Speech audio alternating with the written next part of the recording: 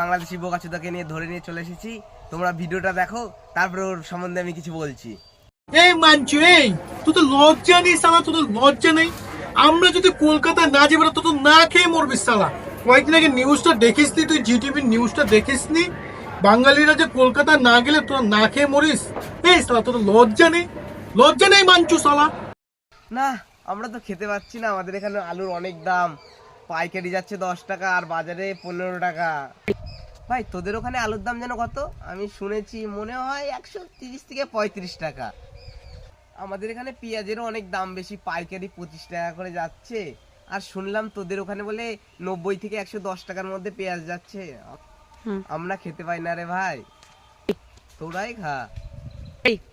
তোদের দেশের জিনিসটা দেখ বাড়া, তোদের থেকে আমাদের দেশ অনেক হাজার গুণ ভালো বাড়া।